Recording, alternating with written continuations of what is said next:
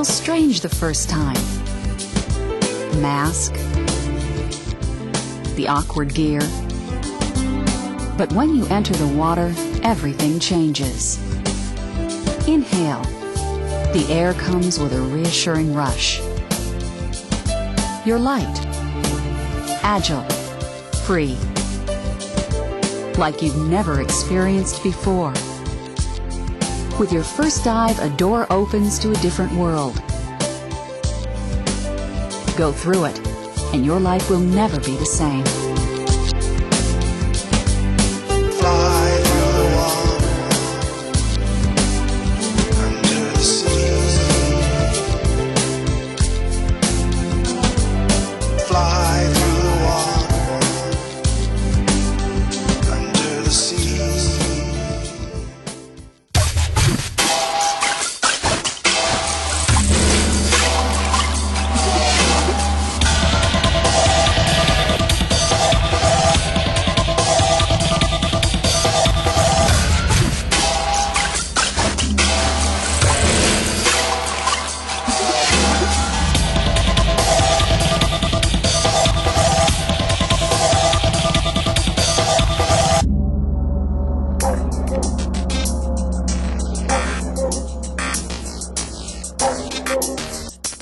If you love nature, you can see more wildlife in 10 minutes on a coral reef than in 10 hours in a forest. If discovery drives you, underwater you'll see things most people never see and go places most people never go. And beyond this, diving and divers are just plain fun.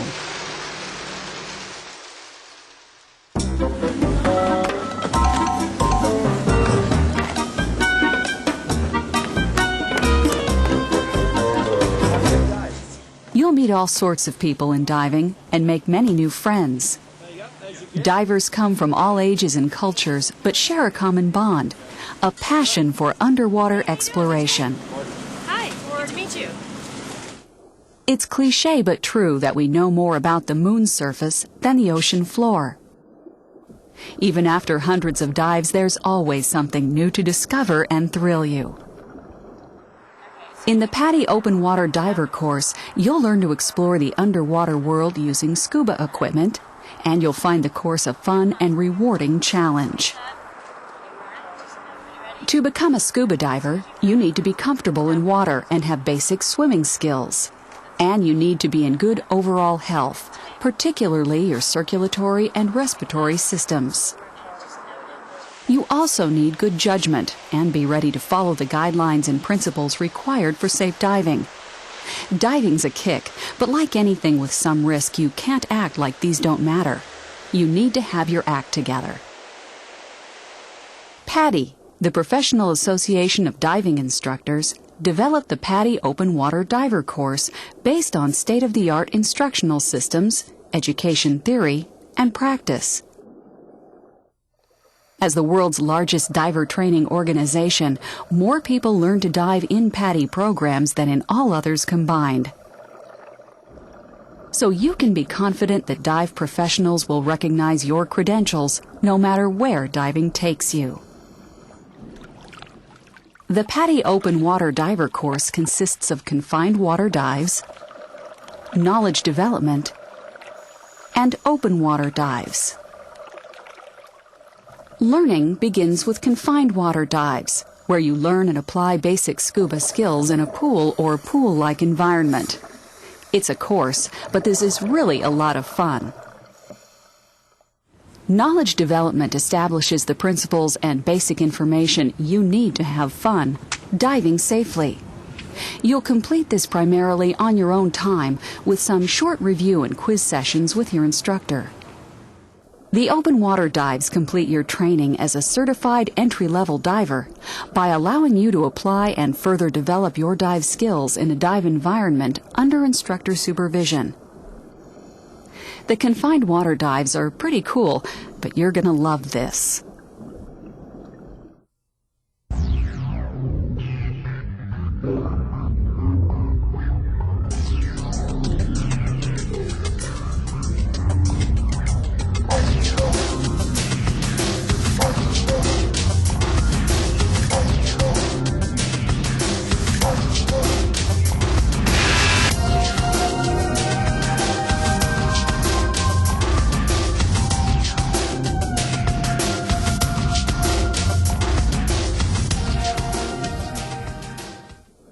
If you've never used scuba before, get ready. This is what you've been looking for. Immediately you experience new sensations, like breathing underwater. You'll venture into a realm where everything looks, sounds, and feels a bit different. In Section 1, we look at some of the principles you need to know about the underwater world and some of the dive equipment and scuba systems you'll be using. We'll also go over the buddy system and the skills in your first confined water dive. Let's start with a look at buoyancy. Have you ever wondered why a large steel ocean liner floats, but a small coin sinks? The reason is that water buoys up an object with a force equal to the weight of the water the object displaces. So if an object weighs less than the water it displaces, it floats. We call that positively buoyant. If it weighs more than the water it displaces, it sinks. We call that negatively buoyant. If it weighs the same as the water it displaces, it neither floats nor sinks. We call that neutrally buoyant. You'll learn to control your buoyancy using your BCD, buoyancy control device, and weight system, so you hover neutrally buoyant, almost like a weightless astronaut. Or float positively buoyant at the surface, so you can save energy and rest.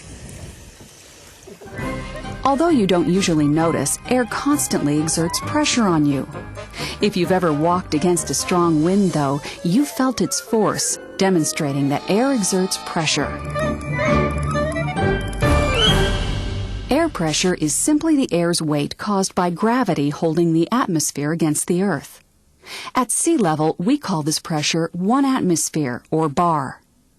Water also has weight and exerts pressure. 10 meters, 33 feet of seawater exerts the same pressure as the atmosphere of air. So at 10 meters, 33 feet, the pressure is 2 atmospheres, or bar, 1 of air and 1 of water. At 20 meters, 66 feet, the pressure is 3 atmospheres, or bar. At 30 meters, 99 feet, it's 4, and so on. You don't feel pressure through most of your body because it is made primarily of water, which is incompressible. But air is compressible, and you will feel pressure changes underwater in body air spaces, much like you feel pressure changes in your ears and sinuses in an airplane. Let's look at how changing pressure affects an air volume. If you descend with a flexible or inverted container, air compresses and the volume compresses proportionately to the pressure. For example, with the pressure 2 atmospheres or bar at 10 meters 33 feet, the gas volume is half what it was at the surface. At 3 atmospheres 20 meters 66 feet, it's 1/3, and so on. Notice that all the air is still there. It's just compressed into a smaller area. Air density follows the pressure proportionately, too. To maintain the same volume as you descend, you have to add air to keep up with the volume reduction. This is the principle behind equalization, which we'll talk about in a moment. Obviously, it works the other way, too. Air expands as you ascend, and the pressure diminishes. If you halve the pressure, for example, by ascending from 10 meters 33 feet to the surface, an air volume will double. So if you equalize the volume by adding air during descent, you must release some of the expanding air during ascent to maintain the same volume. Air in a sealed container, such as a bag or balloon, will expand the bag or balloon, even bursting if it cannot stretch enough to accommodate the excess air. This is a very important concept we'll return to in a moment. Now let's see how the pressure-volume density relationships you just learned apply to body air spaces, particularly your ears, sinuses, and dive mask. During descent, pressure pushes tissue into these spaces as the air compresses. You feel this as discomfort, and with continued descent, even pain and injury. This is called a squeeze. To prevent a squeeze, you add air to air spaces as you descend. This is called equalization. You equalize your ears and sinuses by blowing gently against your blocked nostrils. You can also wiggle your jaw side to side or swallow. Equalize frequently as you descend before you feel discomfort. The idea is to be proactive. When you equalize often enough, you don't feel discomfort. If you can't equalize, ascend a short distance and try again. If you still can't equalize, discontinue the dive. Never attempt a forceful or extended equalization. Doing so can cause serious ear injuries.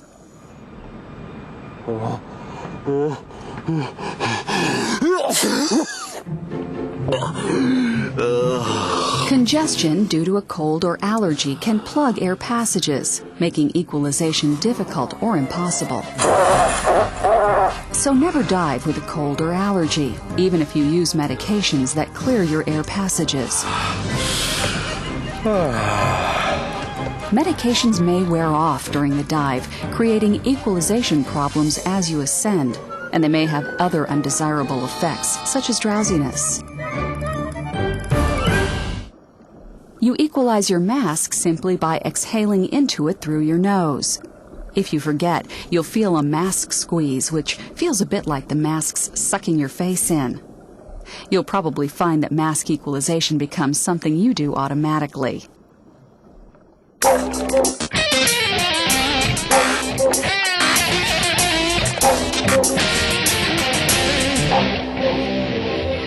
Decreasing pressure has some concerns you need to be aware of, too, especially regarding your lungs.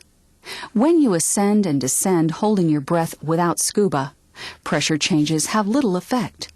Air in your lungs compresses as you descend and re-expands to about its original volume when you surface. But when you're scuba diving, it's another story. Scuba allows you to breathe underwater by delivering air at the surrounding pressure. This means your lungs reach their normal volume as you breathe at depth. And as long as you breathe normally, keeping the airway to your lungs open, no problem. But if you were to hold your breath and descend, the air trapped in your lungs would overexpand them, much like the sealed bag or balloon filled at depth and taken to the surface. Expanding air can cause lung overexpansion, lung rupture, the most serious injury that can happen to a diver. For this reason, the most important rule in scuba diving is to breathe continuously and never, never hold your breath. Even slight pressure changes, as little as a meter 3 feet, can cause lung overexpansion. Lung overexpansion can force air into the bloodstream and chest cavity, causing severe injuries including paralysis and death.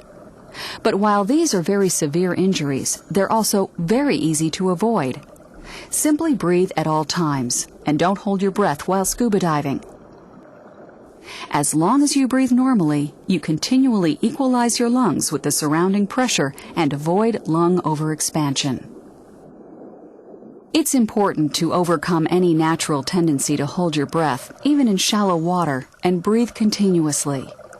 When you practice some skills that require you to take your regulator out of your mouth, you'll exhale a slow, steady bubble stream so that even then, you never hold your breath. Your other body air spaces generally pose no difficulty when you ascend because expanding air releases from them quite easily. But once in a while, a diver experiences a reverse block. This happens in the ears and sinuses when congestion keeps expanding air from escaping during ascent. Reverse blocks are rare and generally result from diving with a cold or allergy medication that wears off underwater. So don't dive with a cold or congestion. If you feel discomfort caused by a reverse block, stop or slow your ascent and descend a meter, few feet if necessary. Give the trapped air time to work its way out and ascend more slowly. As you just learned, when air compresses under pressure, it becomes more dense. For example, at 20 meters, 66 feet, the pressure is 3 atmospheres, or bar, so a given air volume has 3 times as many air molecules as the same volume would at the surface. Scuba gear supplies air to you at the surrounding pressure. So at 20 meters, 66 feet, you use your air 3 times faster than you do at the surface. All other factors being equal, the deeper you dive, the faster you use your air. Breathe slowly and deeply while scuba diving. Save energy and don't overexert yourself.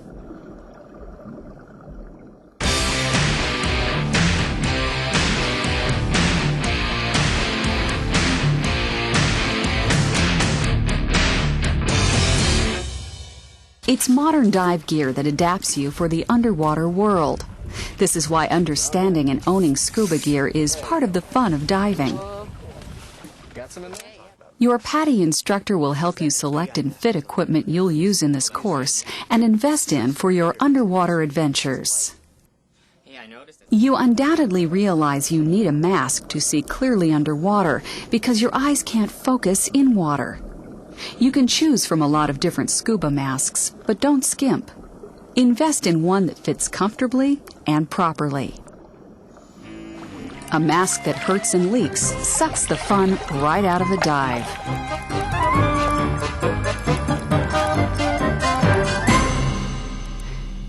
To check the fit, place the mask gently against your face and inhale through your nose.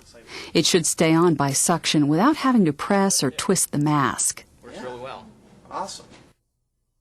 If you'll need a prescription mask, be sure to tell your PADI professional. Many masks accommodate prescriptions, but not all. When you get your new mask home, gently scour the inside of the glass with a non-gel toothpaste or another low abrasion cleaner to remove chemical coating left from manufacturing. If you don't, you won't be able to defog it for diving. With that tank on your back, you might wonder why a snorkel is standard scuba equipment. First, it lets you swim or rest at the surface with your face in the water without wasting your tank air. Second, if the water's a bit rough, it's usually easier to breathe through a snorkel than your mouth because less water splashes in. A snorkel's basically a tube with a mouthpiece on one end. One suited for scuba will have a large bore so you can breathe easily, be around 43 centimeters, 17 inches long, give or take, and have smooth, rounded bends to minimize breathing resistance. Attach your snorkel on the left side of your mask with the supplied snorkel keeper. Left, because your regulator comes across your right shoulder. Care for your snorkel by rinsing it in fresh water along with your mask. Unless you have size 97 feet, you'll use fins to provide a large surface area that your powerful leg muscles can push against to move you through the water. It may seem like there's an overwhelming array of options, blade size, materials, ridges, vents, and so on. Your PADI professional can help you select the fins best suited to your needs. Full foot fins are convenient and suitable for warm water diving where you don't need additional foot protection. But most scuba divers opt for open heel fins with wetsuit boots that insulate your feet and provide some protection when you're walking to or from the dive site. When sizing your fin, be sure the pocket comes to the point where your ankle meets your foot. If it doesn't, you need a larger size. Basic care for all dive gear calls for rinsing in fresh water after each use, especially in salt water or chlorinated water, keeping it out of direct sunlight, and storing in a cool, dry place. Although scuba's been around for more than 50 years, it was relatively recently that the equipment evolved into the integrated, streamlined unit you have today. Modern scuba consists of 3 basic components that, when assembled, function as a single unit: the BCD, scuba tank, and regulator. As you learned earlier, your BCD, buoyancy control device, permits you to adjust your buoyancy by adding or releasing air. Over the years, there have been various styles, but today by far the most common is the jacket-style BCD, which you wear like a sleeveless coat. Modern BCDs all feature a large diameter inflation-deflation hose for easily adding or releasing air, a low-pressure inflator mechanism for push-button control, and an overpressure relief valve so it won't burst if overinflated. Okay, cool. You want to choose one sized for you, adjustable, with ample buoyancy for you and your other equipment. Okay. Many divers prefer a weight-integrated BCD, which eliminates a separate weight belt. We'll go over weight systems in more detail in Section 2. To use your BCD, you need to adjust it for a proper fit. Check that it's comfortably snug but not too tight. Then fully inflate it to be sure it still doesn't feel restrictive. Your instructor will help you adjust your BCD during your confined water dives. After diving, rinse your BCD with fresh water like other gear. But you also need to rinse the inside. Fill it about 1/3 with fresh water, then the rest of the way with air. Swish the water around and then drain it completely through the deflator hose.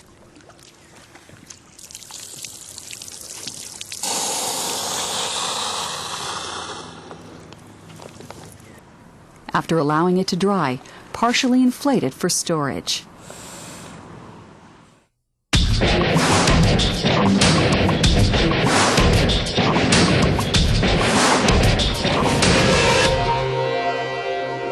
Obviously, your scuba tank holds the compressed air you breathe underwater. It's a high-pressure cylinder made of aluminum or steel, with a valve that controls airflow to and from the tank. You can identify valves as yoke valves or DIN valves. Yoke valves are the most common.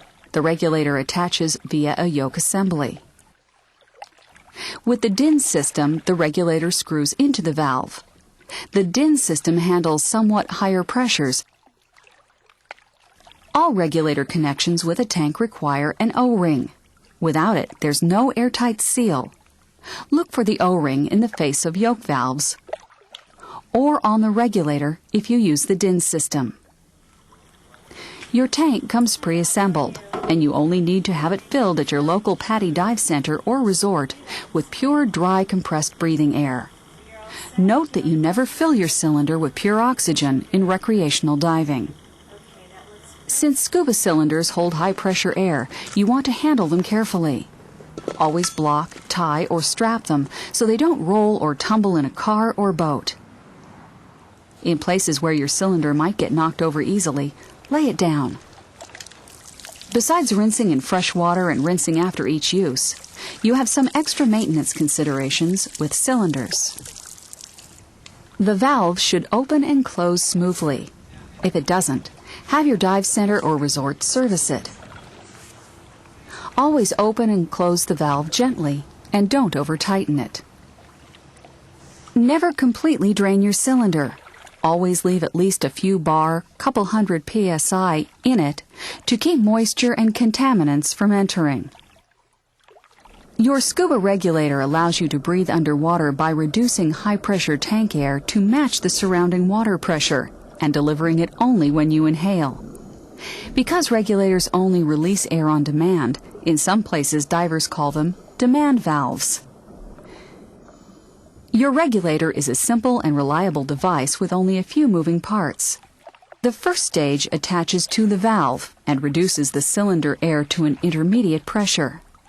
The second stage reduces this intermediate pressure to the surrounding pressure so you can breathe comfortably.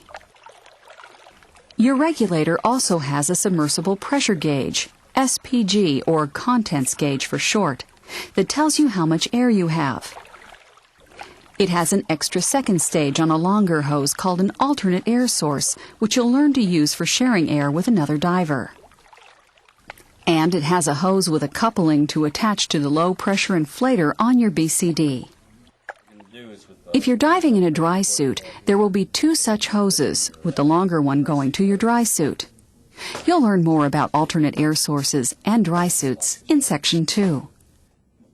Your dive center or resort will attach the SPG and other accessories you choose.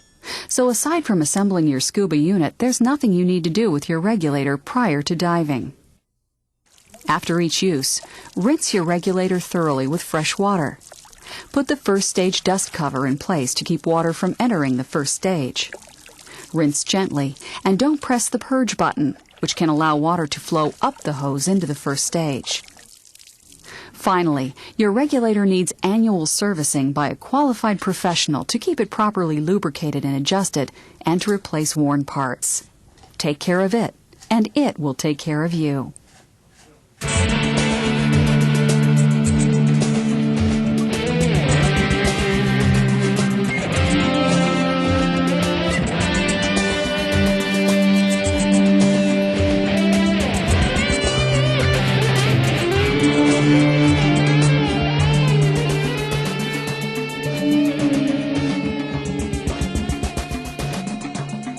Your SPG tells you how much air you have during a dive so you can avoid running out. Obviously, it's mandatory equipment. SPGs range from simple gauges to electronic gauges that combine with other instruments in a dive computer. We'll cover computers in more detail in the next section. Some SPGs have no hose, but use a transmitter on the first stage to send air supply information to a computer on your wrist. One of the principles of safe recreational diving is that you don't dive alone. Even during your confined water dives, you'll practice diving with a buddy. Buddies lend each other a hand, and they enhance each other's safety by helping check each other's gear before a dive. By reminding each other of air, depth, and time limits underwater. And by being ready to assist in the unlikely event of an emergency. It's just the way it integrated. So the buddy system is important for practicality, safety, and fun. You and your buddy have a responsibility to each other. For the system to work, you have to take it seriously. But that doesn't mean you can't have fun at the same time. Gotcha. Make a habit of staying close to your buddy at all times.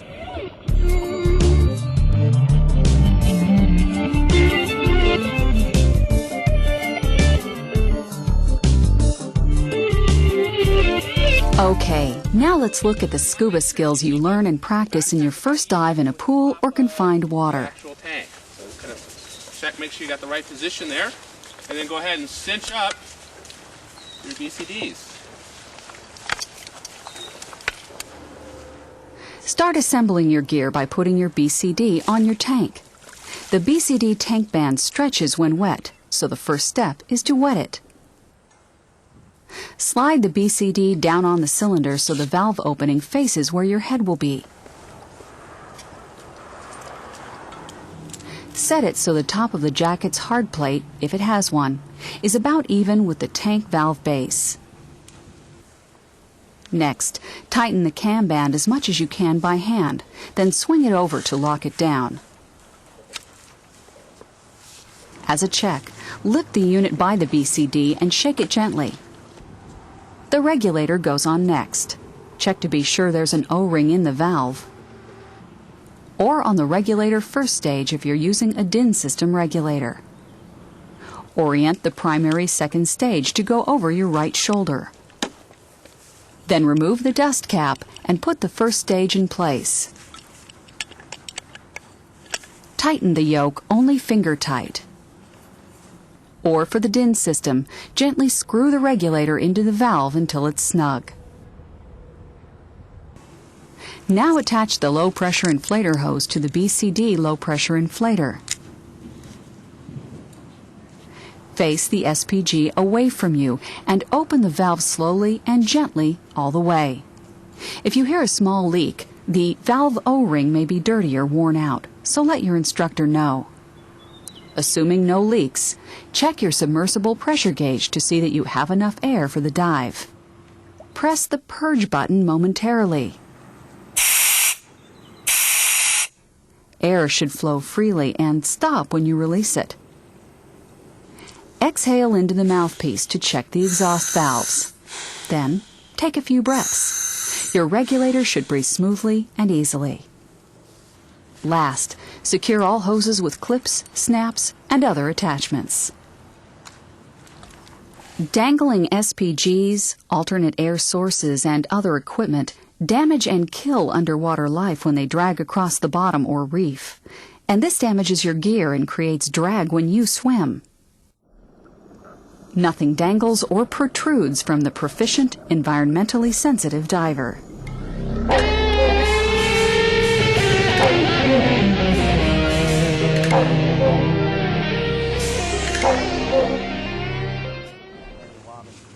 With your scuba unit assembled, it's time to gear up. Have your mask, fins, and snorkel adjusted before the dive to save time. If you'll be using a wetsuit, that goes on first. With most jacket BCDs, you put your weight belt on next. What's important is that nothing traps your weight belt. You need to be able to remove it quickly with one hand in an emergency. Wear it with the standard right hand release. If you're using a weight-integrated BCD, you probably won't use a weight belt at all. To get into your scuba unit, make sure the shoulder straps are connected. Then slip into it like a coat while someone holds it for you. Fasten and adjust the waist and shoulder straps so they're snug but not overly tight. Shoulders. When everything feels right, tilt your head back.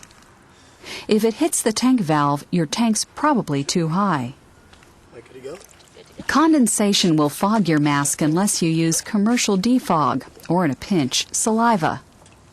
Rub defog on the inside of the mask, then rinse it once briefly. You should be fog-free for the whole dive, unless you flood your mask. To put on your mask without getting hair trapped under it, put it against your face, then pull the strap back. Check those straps. Put your fins on in the water, or as close to it as possible.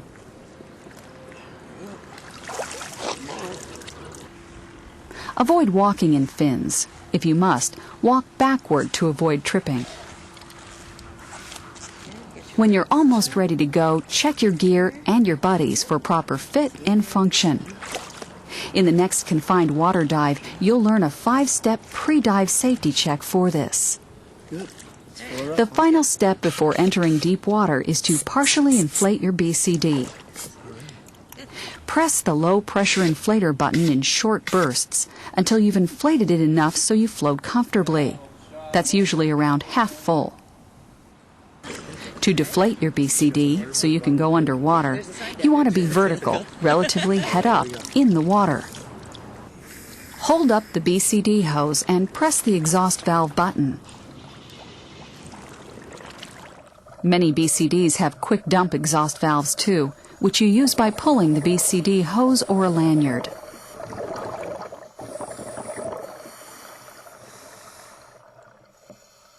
You ready to take your first breath? All right. Ready to breathe underwater for the first time? Great! But just a second, your instructor needs to give you a few hand signals so you can communicate down there. Ready to give it a try? You bet. Slow her down, put the rag in your mouth, exhale into it first. Just take deep, slow breaths. All right. Let's go, all right. Okay, now. You'll never forget the first time you breathe underwater, and you may not want to trust your regulator at first, but take a few breaths. Hey, it works. As you get used to breathing underwater, remember to breathe continuously and not hold your breath. Watch for your instructor's signals, but relax and enjoy the experience.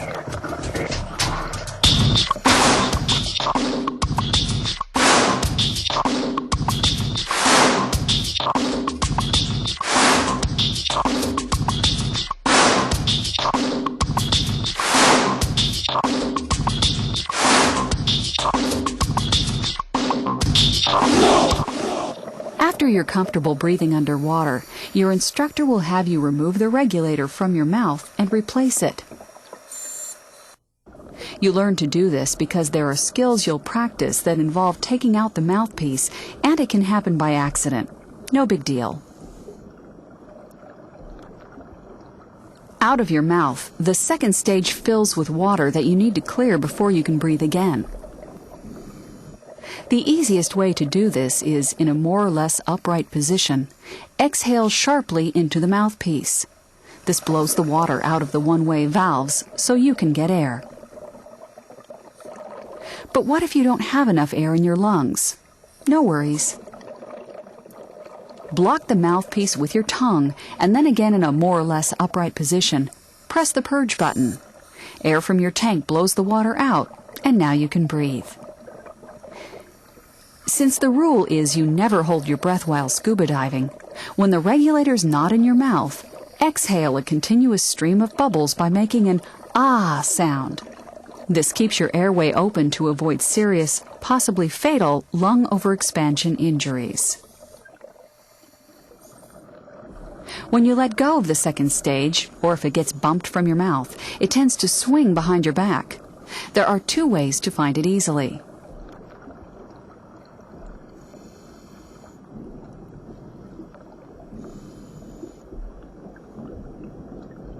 For the first, get in an upright position, then lean a bit to your right. Run your arms straight back alongside your tank and then sweep forward. The regulator hose will end up against your elbow. This method is easiest and works most of the time, but once in a while your second stage may hang up on something. Reach behind your head with your right hand and find where the hose attaches to the first stage. It may help you reach the first stage if you lift the tank up and to the right with your left hand. Follow the hose until you find the second stage.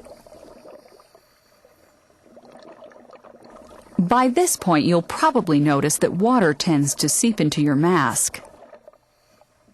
You don't want to have to go to the surface every time this happens, so to blow it out, hold the top of your mask firmly against your face, blow through your nose, and tilt your head back. The air forces the water out of the bottom of the mask. Some masks have a purge valve for clearing water. If yours does, hold your mask firmly and look down while blowing through your nose, making the valve the lowest point. The air forces the water out the valve. Ready to stretch your legs? Point your fins straight behind you and kick from your hip, slowly and steadily, with only a slight knee bend. Keep your fins underwater when swimming at the surface because lifting them out of the water just wastes energy. Of course, the flutter kick isn't the only way to get around underwater. If you have a physical challenge that limits leg use, for instance, you'll swim with your arms and hands. You can use special webbed gloves for more power. When you're ready, your instructor will have you venture into somewhat deeper water. Take your time and equalize your ears and mask gently and often, beginning as soon as you submerge. It may take some practice before you equalize effortlessly, so be patient and take your time. Stay close to your buddy and watch for signals from your instructor. As you already learned, it's important to get into the habit of monitoring your air supply by checking your SPG frequently. You want to establish this habit beginning now in your first confined water dive. Check it frequently and let your instructor know if you get close to the caution zone. Although it shouldn't happen if you monitor your SPG regularly, you'll learn how to respond to an out-of-air emergency, beginning with alternate air source use. First, give your buddy the out-of-air and share air signals. If your buddy has an extra second stage alternate, you'll pull it free from where it's secured on the chest. Place the second stage in your mouth, being sure it's right side up.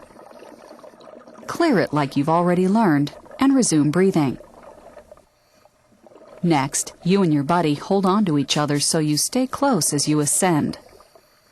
The best way to hang on depends on the type of alternate you're using, but generally, you hold on to your buddy's arm, BCD, or tank valve.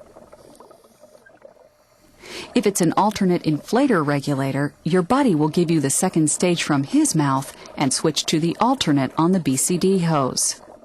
Although it's easy to avoid running out of air, it's a good idea to practice alternate air source use from time to time, just in case. After you've been swimming around a bit, your instructor will give you the up signal. You want to ascend by swimming up slowly, staying close to your buddy.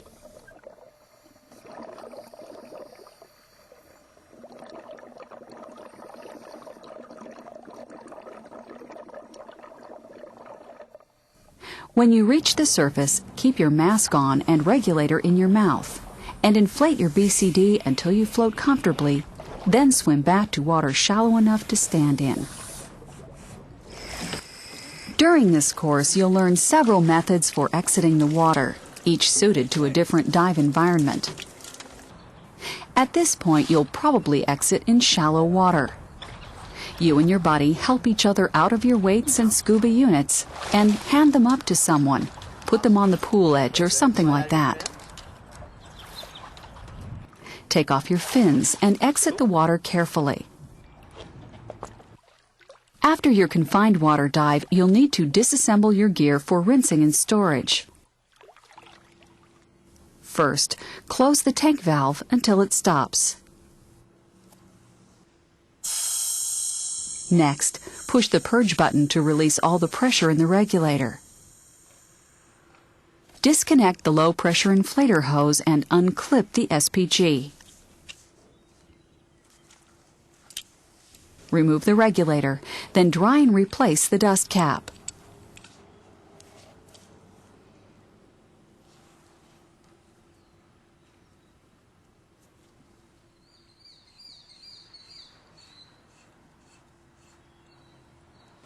Wrap and secure the BCD straps so they don't dangle.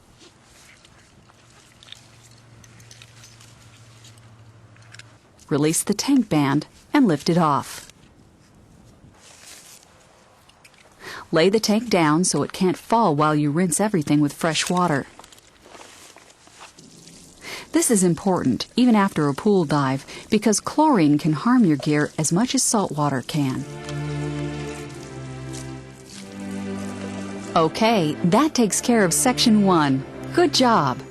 You're well on your way toward your PADI Open Water Diver certification. Pretty cool, huh?